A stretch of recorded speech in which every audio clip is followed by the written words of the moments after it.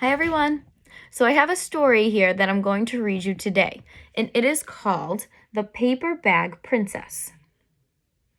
Now this is a story that I really love to read for a lot of different reasons, but one of them is that it kind of puts a twist on the traditional story of the prince saving the princess. It shows that the princess isn't always the one who needs saving. This story is actually from 1980, and it is some serious girl power, when at the time a lot of stories and books didn't show girls in that way. The genre of this is fantasy, which is a type of fiction, and we already know that fiction stories are not true. So fantasy books tell stories that are not true and could not ever be true. So they might include imaginary worlds, or fantastic creatures, or ordinary people and animals who can do extraordinary things. So now always when we start a new story, I really want to take a look at the title. So this story is called The Paper Bag Princess. So when I read that title, I'm thinking to myself, when I think about a princess, I have this kind of image in my head of maybe a girl who's wearing a long, beautiful dress, maybe has a crown on her head, maybe has some expensive jewelry, right? So everything that you kind of imagine in your head that a princess would look like. So when I see the paper bag princess, and I see a picture of a girl wearing a paper bag, I'm kind of curious why that might be. And I also see this picture of a dragon. So I can assume that the dragon might play an important role in this story. It might be one of the characters in it.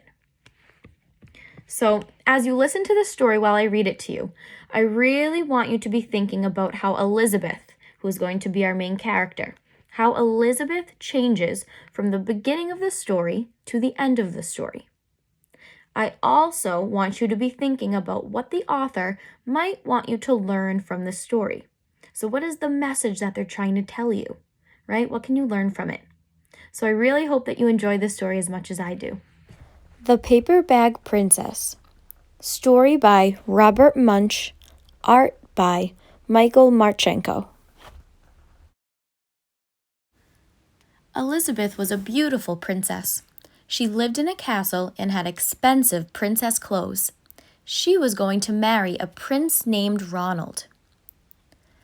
So far, I know that Elizabeth is a princess and she lives in a castle and that she is going to marry a prince. And by looking at the pictures on this page, I can tell how much she really loves Prince Ronald.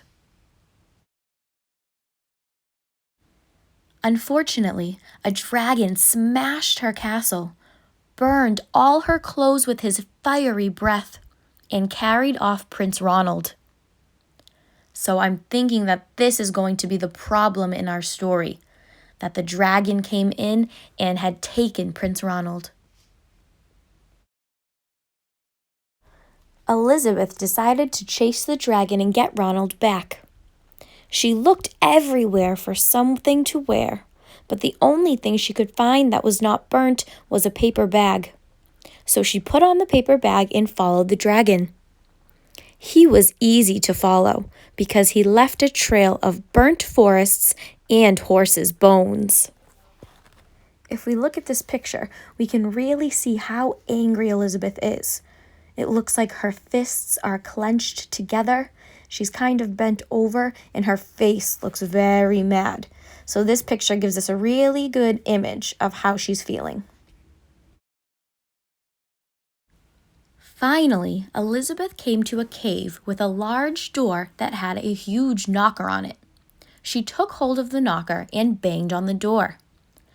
Now, a knocker is something that is found on the outside of a door, and you can use it to bang on the door so that the people inside know that you're outside and that they know that you're here. So it's kind of like a doorbell.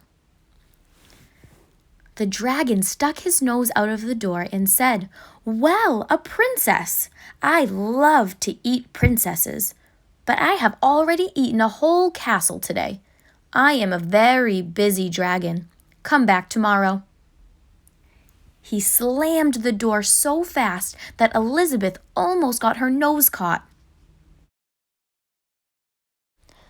Elizabeth grabbed the knocker and banged on the door again. The dragon stuck his nose out of the door and said, "Go away! I love to eat princesses, but I have already eaten a whole castle today. I am a very busy dragon. Come back tomorrow." "Wait!" shouted Elizabeth. "Is it true that you are the smartest and fiercest dragon in the whole world?" "Yes," said the dragon. Now, what I've already read about Elizabeth, I would probably describe her as being very brave for going after this dragon all by herself.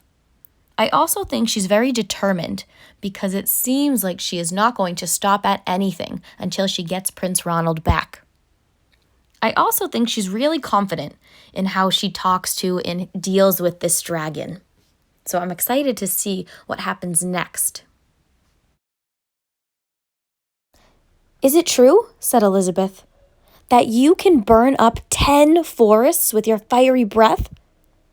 "Oh, yes," said the dragon, and he took a huge, deep breath and breathed out so much fire that he burnt up 50 forests. "Fantastic," said Elizabeth, and the dragon took another huge breath and breathed out so much fire that he burnt up 100 forests. "Magnificent," said Elizabeth, and the dragon took another huge breath. But this time, nothing came out. The dragon didn't even have enough fire left to cook a meatball. So it looks like the dragon is out of his fiery breath and he can't breathe it out anymore. So I'm wondering if Elizabeth knew that this was going to happen and if this had maybe been her plan all along. We're going to have to see. Elizabeth said, "Dragon, is it true that you can fly around the world in just 10 seconds?" "Why, yes," said the dragon, and jumped up and flew all the way around the world in just 10 seconds. He was very tired when he got back, but Elizabeth shouted, "Fantastic! Do it again!" So the dragon jumped up and flew around the whole world in just 20 seconds. Looking at the illustrations on this page, I can really see how exhausted the dragon really is.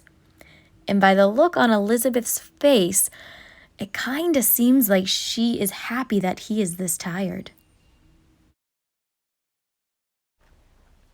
When he got back, he was too tired to talk, and he lay down and went straight to sleep. Elizabeth whispered very softly, "Hey, dragon."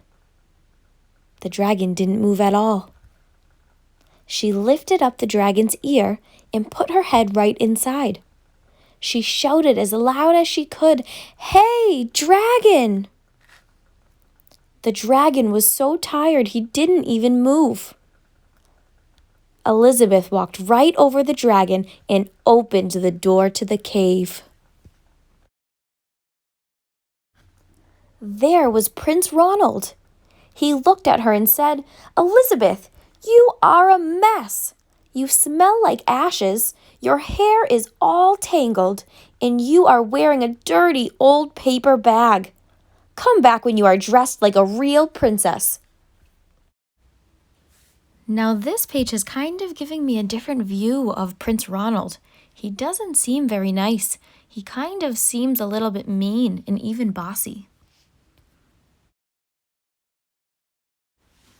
"Ronald," said Elizabeth, "your clothes are really pretty and your hair is very neat. You look like a real prince, but you are a bum." They didn't get married after all.